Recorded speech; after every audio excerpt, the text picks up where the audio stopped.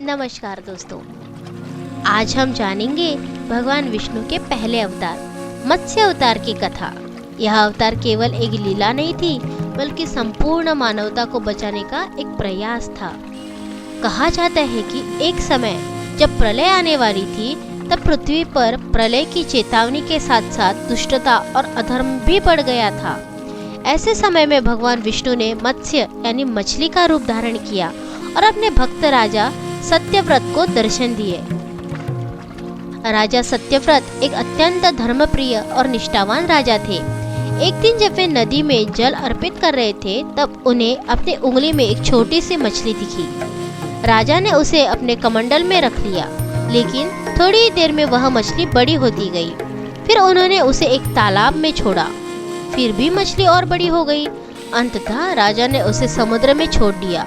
तभी भगवान विष्णु ने प्रकट होकर कहा, हे सत्यवान, मैं विष्णु हूँ और मैं तुम्हारे विश्वास और भक्ति से प्रसन्न हूँ। जल्द ही प्रलय आएगा और तुम मेरे कहे अनुसार सबकी रक्षा करोगे।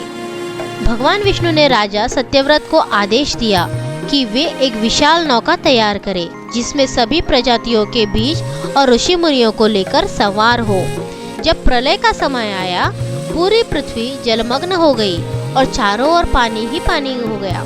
उस समय भगवान विष्णु ने विशाल मत्स्य रूप धारण किया और नौका को अपने सींग से बांध लिया।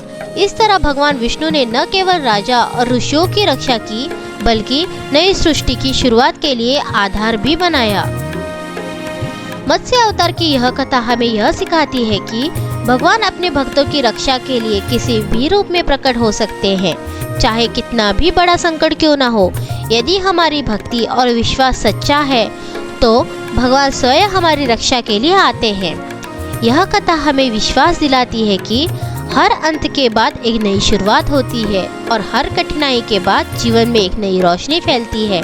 भगवान विष्णु का यह पहला अवतार केवल एक कहानी नहीं है, बल्कि यह हमारे जीवन में आने वाले संकटों से निपटने के लिए हमें धैर्य और विश्वास की सीख देता है। जब तक हम अपने धर्म और कर्तव्यों का पालन करते हैं, तब तक भगवान की कृपा हमारे साथ बनी रहती है। अगर आपको यह कथा प्रेरणादायक लगी हो, तो इसे लाइक करें, हमारे चैनल को सब्सक्राइब करें और इस वीडियो को अपने प्रियजनों के साथ शेयर करें, ताकि भगवान विष्णु की यह महान लीला और उनकी असीम कृपा की कहानी हर दिल तक पहुंच सके। धन्यवाद।